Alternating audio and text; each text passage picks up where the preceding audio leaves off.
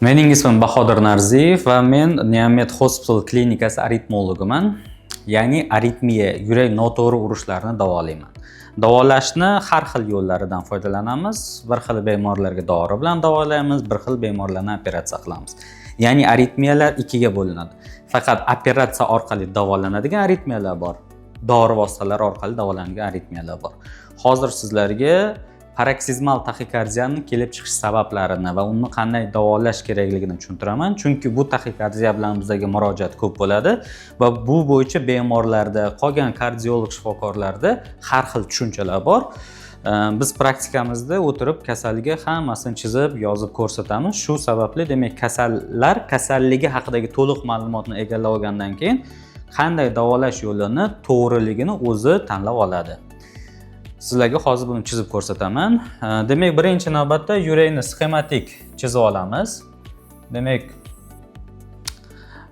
yurak 4 ta kameradan iborat. Demak, ikkita tepa kamera, ikkita pastki kamera. Yurakning ishi bu nasos vazifasini bajaradi. Yurak doim qisqarib turadi, ya'ni qisqargani hisobidan tomirlarning ichida qon yuradi, shuning hisobidan organizm yashaydi. Bu uchun demak, tepadan qonni so'rib oladi. Pastdan qonni katta bosim orqali chiqarib beradi. Yurakning o'zida hammamizda mana bu joyda kichkina tugunimiz mavjud. Bu tugun yurakni urish sonini belgilaydi. O'rtacha sog'lom odamda 60 tadan 90 tagacha 1 minutda o'zidan impuls chiqaradi. Impuls bu tok. Yurak shunaqangi a'zo, bu mushak a'zo. Ya'ni bunga trigger kerak, qo'zg'atuvchi kerak. Qo'zg'atuvchi shu tok hisoblanadi. Ya'ni birinchi tok yurak hujayralarini qo'zg'atib chiqadi. Demak, tepa qisqarib qonni pastga tushirib beradi. Tokni o'zini o'tkazuvchan yo'li bor. O'sha orqali uni 3 ta oyoqchasi bor. Yurakni pastiga tushadi. Yurakni pasti asosiy joy nimaga? Chunki tepada aytib o'tdik, tepa qisqarsa qon organizmga chiqadi. Past qo'zg'algandan keyin qisqaradi. Shu sababli demak yurak qonni otib beradi.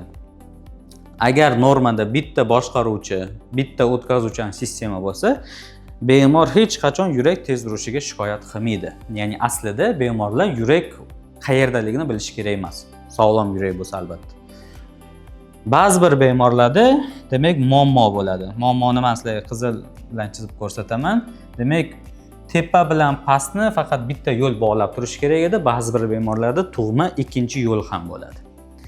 Bu yo'l har doim ham ishlamaydi, har doim ham ko'rinmaydi. Kelib chiqishidan qaraydigan bo'lsak, yo'l asosan tug'ma bo'ladi. Shu bilan tug'iladi.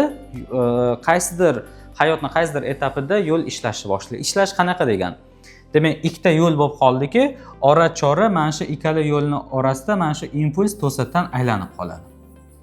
To'satdan aylanib qolganda yurak 60 ta 90 ta urib turgan yurak to'satdan 180 tadan 200 tagacha tez urib ketadi. Va shu sababli bu bemorlarda yuragi birdaniga to'satdan tez urib ketadi. Bu paroksizmal taxikardiya deyiladi. Demak, biz dori vositalarimiz bor. ATF, Verapamil degan dorilar bor. Bu bemorlarga ushbu dorini qilayotganda, demak, aylanib turgan narsani to'xtatib beradi. Lekin yo'l joyida qo'viradi. To'xtatib bersa, 200 ta urib turgan yurak to'satdan qaytib 90 ga, 100 ga tushib qoladi. Ya'ni kasallikni nimaga paroksizm, xurujsimon deyiladi? To'satdan boshlanadi, to'satdan tugaydi. Sababchisi qo'shimcha yo'l bo'ladi. Demak, qo'shimcha yo'lni dori vositalari orqali siz olib tasha olmaysiz. Bergan dorilaringiz, ya'ni ichayotgan dorilar bu bisoprolol bo'lishi mumkin, bu propanorm bo'lishi mumkin yoki shunga o'xshash dorilar faqatgina yo'lni o'tkazuvchanligini kamaytirib turadi. Bu nima degani? Bemorda 1 yilda 10-15 marotaba yuragi tez urayotgan bo'lsa, dori ichib yursa, o'sha xurujlar soni kamayadi, lekin yo'qolmaydi. Yo'qotishni yo'li o'ylab topilgan. Bu yo'l 30 yil oldin o'ylab topilgan. Bu asosiy demak biz hozir tushunib oldik. Sababchisi qo'shimcha yo'l ekan, ya'ni ikkita yo'l ekan. Ikkita yo'ldan bittasini olib tashasa, aylanishga joy qolmaydi. Bu demak kasallikning asosiy davosi hisoblanadi. Shu uchun demak biz asosiy yo'lga tega olmaymiz, faqat qo'shimcha yo'lni olib tashlashimiz mumkin. Qo'shimcha yo'l qanday olib tashlanadi?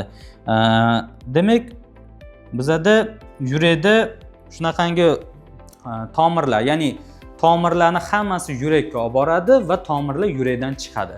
Shuning uchun oyoq tomirlari orqali maxsus buni simlarni yurakning ichiga olib boramiz, qo'shimcha yo'l qayerdaligini topamiz va o'sha yo'lni kuydirib tashlaymiz. Yo'l kuygandan keyin o'zidan impulsni o'tkaza olmaydi.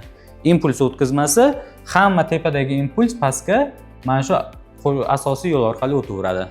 Shu sababli bu davolash yo'li, ya'ni radiochastotali ablatsiya yo'li bu kasallikni davolashni oltin standarti hisoblanadi. Ya'ni birinchi o'rinda turadigan davolash yo'li hisoblanadi. Ba'zi bir holatlarda bemorlarga bu operatsiyani qilishga qarshi ko'rsatmalar chiqadi yoki bemorlar bu operatsiyadan bosh tortadi. Ushbu vaziyatda bemorni shikoyatlarini kamaytirish maqsadida dori vositalari ma'lum bir muddatgacha beriladi.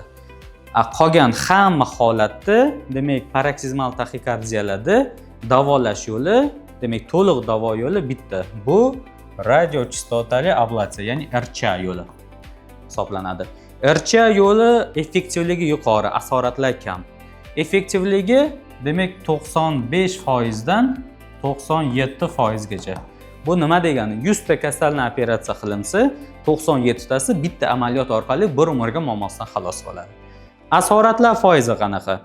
Demak, asoratlarning turiga qarab har xil. Hamma asoratlarni qo'shgan taqdirda 1% dan kam. Bu 100 ta kasaldan bitta bemorda kasallikni davolashni o'sha operativ yo'li zarar keltirishi mumkin. Lekin bu zararni ham o'z vaqtida, demak, to'g'ri diagnoz qilib, to'g'ri davolasa, bunda ham demak kasallar davo topib ketadi. Shuning uchun asoratdan qo'rqadigan operatsiya hisoblanmaydi. Shuning uchun bu davolash yo'li kam invaziv, ya'ni tomir orqali bajariladi, bir kunda javob beriladi.